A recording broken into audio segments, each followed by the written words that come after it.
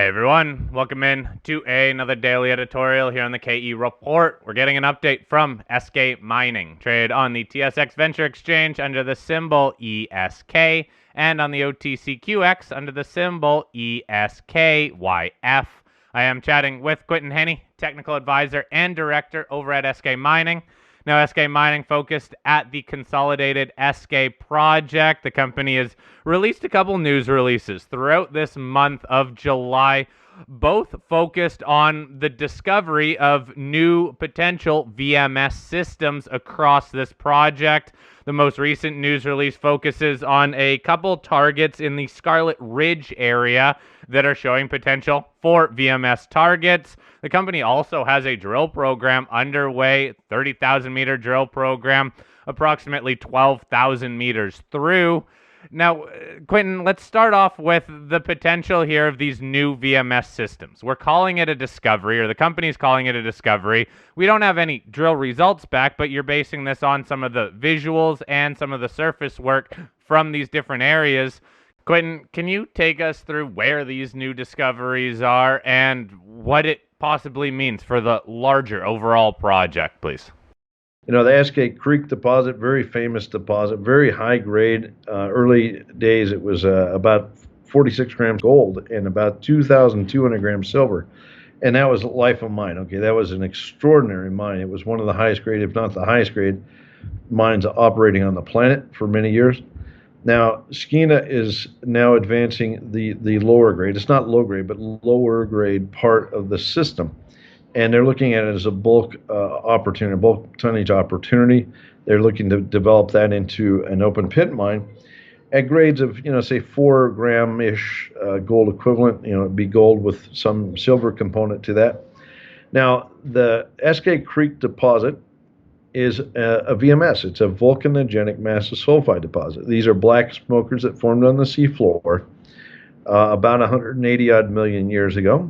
And those rocks have now been abducted. They've been shoved up onto the continent, and these have been eroded and now exposed, for us to discover. All right. Now, the Eskay Creek deposit has long been viewed as being kind of an anomaly in that it's really a standout. It's really only one deposit of its type, and everybody's else, or everybody's looked at this and said, where else are the rest of these things? The VMS typically occur in clusters. If you look at these systems on the seafloor right now, you can see every single one of these areas that generates these things are in clusters. There's multiple vents and deposits of sulfide forming. Okay, so we're out there exploring for the rest of the camp.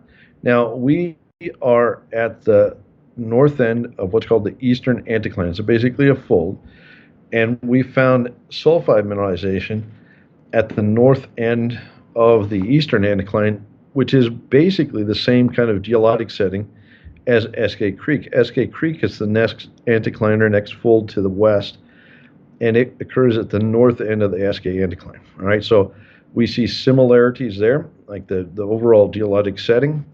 It's in the same part of the stratigraphy, the same host rock. So the Upper Hazelton group, which is the preferential host for VMS in this camp. So we think we're onto a very stark analog to the Eskay Creek deposit. We have found the teams out in the field have found 3, well now 4, I guess, with Tarn Lake too, major feeder systems. These are stockwork, like they're the place in the ground where all the fluids came out, and that those vents, if you will, are filled with sulfide minerals. So they found 4 of these. They found Scarlett Ridge, Scarlett Valley, Scarlett Knob, and the Tarn Lake deposit. And they're scattered at approximately a kilometer apart from one another. It's like a string of pearls. Think of it that way. And there's also good visibility on exhalative massive sulfide too, like stuff that actually spewed out in the seafloor. They're finding beds of replacement sulfide, and they've also seen in drilling some bedded sulfide as well. So we think we're on to a major new discovery. It is a geologic discovery at this point. Like you said, it doesn't have assays yet. We're very hopeful that we will see some decent assays out of these drill holes that are now being drilled. We do have XRF on site. They zap the rock frequently, They can analyze, at a high level, they can analyze things like arsenic, antimony, and mercury. Precious metals is always a challenge with XRF, so you can never rely on the numbers that come out. But we do see the pathfinder elements that are associated with gold, especially in this type of system, like Eskay Creek type system. So we're very excited. It's a brand new area for us. We've been focused at TVGF now for 2 years, 2 seasons. That's turned out very well for us. But this new Scarlett Ridge area, it looks like a replicate. It looks like a huge, huge system that might potentially host a new Eskay Creek. So, Quinton, since it is so early on actually drill testing these new targets, give us an idea of what you need to do to test these targets and get confirmation that this could be a VMS system plus a VMS system of size.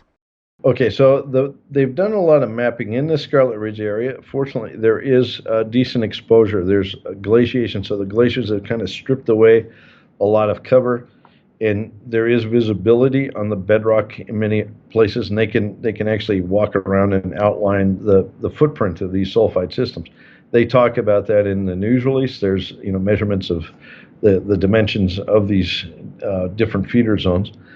But really, the test, these rocks are basically tilted upwards. Okay, so they're not sitting flat; they're sitting kind of up on end, and they have to drill these things. Okay, so the plan here is to drill aggressively on these targets at Scarlett Ridge, Scarlett Valley, and Scarlett Knob, and see if we can't find the core of the feeder system. That's usually where the better grades are, and also see if we can't find an exhalative, like a sheet-like sulfide body, at the top of these systems.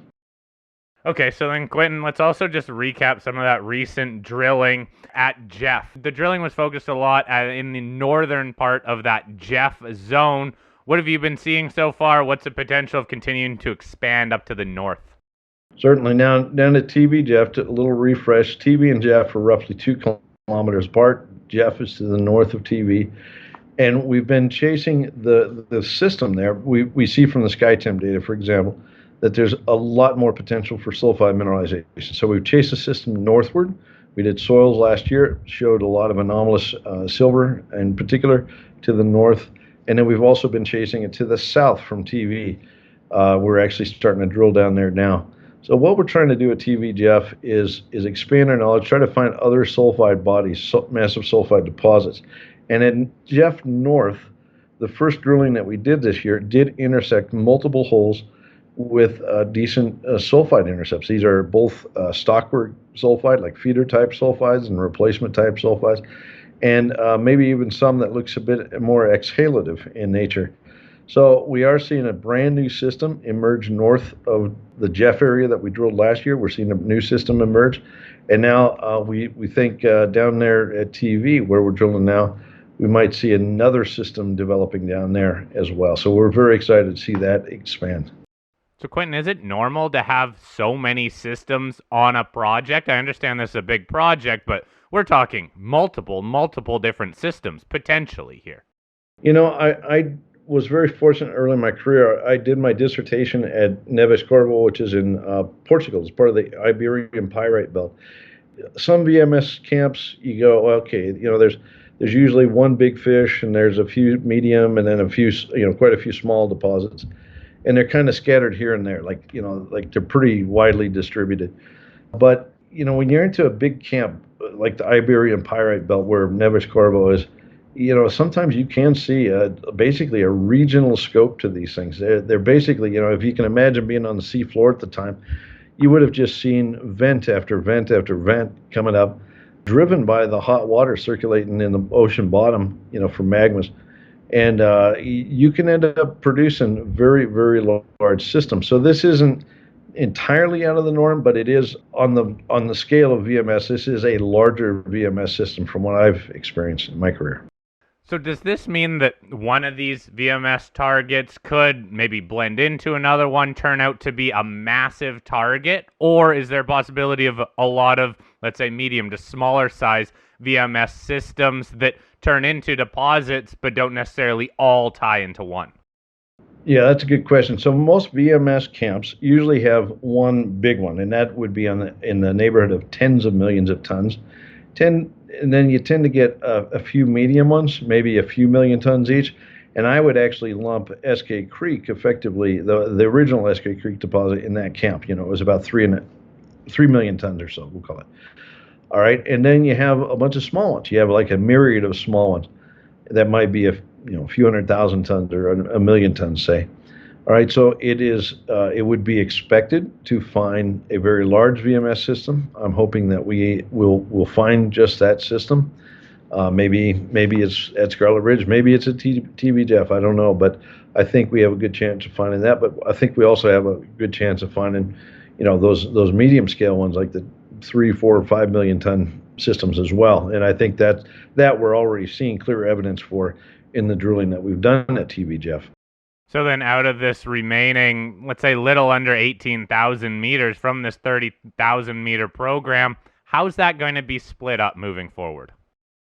We have laid out, or I should say John DeDecker and his team have laid out a pretty clear path for drilling this year. The mandate was to get out and expand, okay, not to get too focused on what we already know. We wanted to find new systems.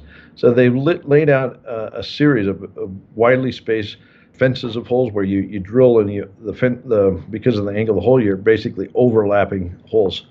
And there's, I think, on the order of 8 or 10 fences on the order of 200 meters spacing or so up and down the TV Jeff corridor.